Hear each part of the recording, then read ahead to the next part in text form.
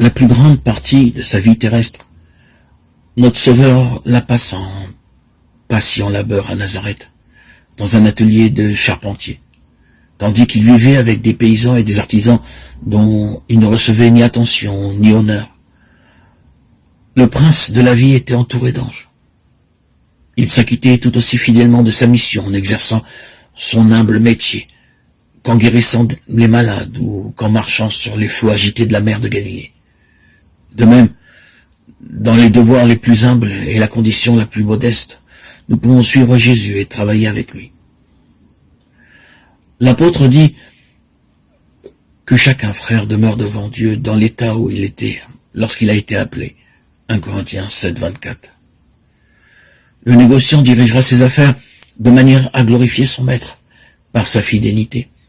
S'il est véritablement chrétien, les hommes reconnaîtront que l'esprit de son maître inspire toutes ses transactions. L'artisan peut être intelligent et fidèle, représentant de celui qui s'acquitta des devoirs les plus humbles dans les montagnes de la Galilée.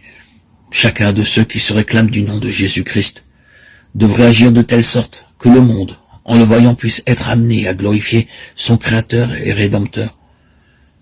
Plusieurs s'excusent de ne pas faire valoir leurs dons au service du Christ, en alléguant que d'autres possèdent des avantages supérieurs et des dons plus brillants.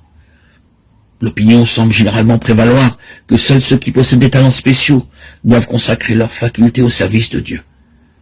Un grand nombre paraissent convaincus que quelques favorisés seulement ont reçu des talents, à l'exclusion de tous les autres, et que ceux-ci, naturellement, ne sont appelés à participer ni aux travaux ni aux récompenses.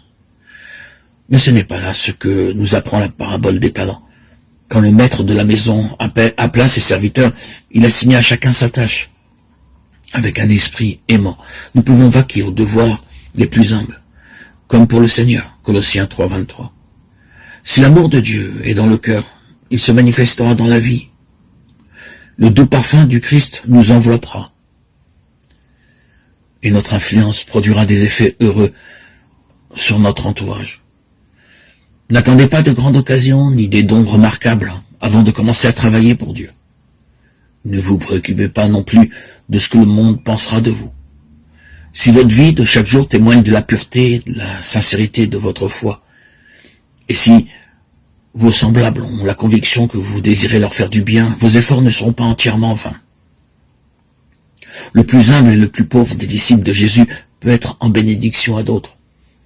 Il peut ignorer le bien qu'il fait, mais par son influence inconsciente, il produira des vagues de bénédiction qui augmenteront en étendue et en profondeur, et dont il ne connaîtra les résultats qu'au jour de la récompense finale.